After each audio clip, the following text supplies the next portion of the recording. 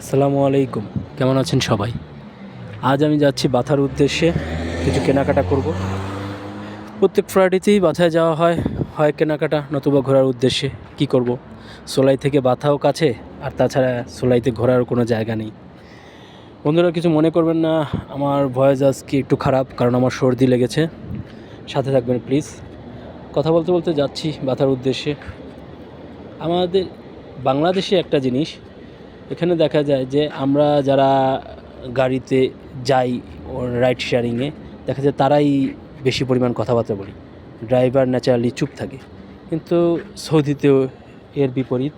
এখানের পাকিস্তানি ড্রাইভারদের আমি যখনই দেখি তারা গাড়িতে অনবরত কথায় ব্যস্ত থাকে। তাদের কথার জন্য আমরা কখনো নিজেদের মাঝে কথাও বলতে পারি না, আবার একটু ইরিটেটও ফিল করি।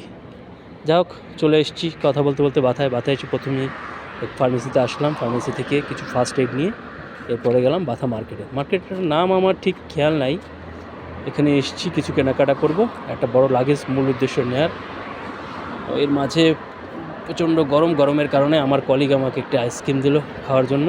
আইসক্রিম খেয়ে আবার গেলাম লাগেজ কিনতে। আমাদের দেশি ভাই আমাকে বোঝাচ্ছে মাত্র 5 রিয়াল লাগে, সে লাগেজটি ছেড়ে দিয়েছে। কথা না বাড়িয়ে আমরা লাগেজ নিয়ে রওনা দিলাম।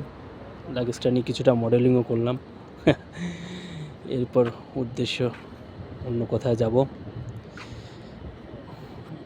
হাঁটতে হাঁটতে আমরা চলে আসলাম বাথার আরেক পাশে।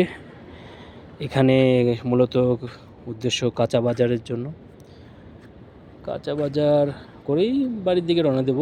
এখানে কাঁচা বাজারে আসলে মনে হয় ঢাকা শহরেরই কোনো এক স্থানে আছি। কখনো মনে হয় না যে আমি সৌদি আছি। এখান থেকে কাঁচা বাজার কেনা শেষ করে আস্তে আস্তে দেখি রফিক ভাই সেলুনে চলে এসছে। তিনি তার চুল ছোট করিয়ে নিলেন। অপরদিকে আমরা দুজন বসে রয়েছি। আমার কলিগ, সে কিছুদিন আগেই ওমরা থেকে এসেছে, যার কারণে তার চুল ছোট, আমারও চুল ছোট। আমাদের সেলুনে কোনো কাজ নেই, সো সেলুন শেষে আমরা রওনা দেব এখন বাসার উদ্দেশ্যে। অলরেডি সন্ধ্যা প্রায়, অনেক গাড়ি ডাকাডাকি করতেছে, তবে আমরা অপেক্ষায় আছি লিগ্যাল ট্যাক্সিগুলোর আশায়। দূর থেকে বাথাকে এক ঝলক আরেকবার দেখে নিলাম, অতঃপর রওনা দিলাম নীরের উদ্দেশ্যে, আপন নীরের উদ্দেশ্যে। আসলে কোনো নীরই আপন নয়, মানুষ তার সারাটা জীবন পার করে দেয় একটি নীরের খোঁজে, আপন নীরের খোঁজে।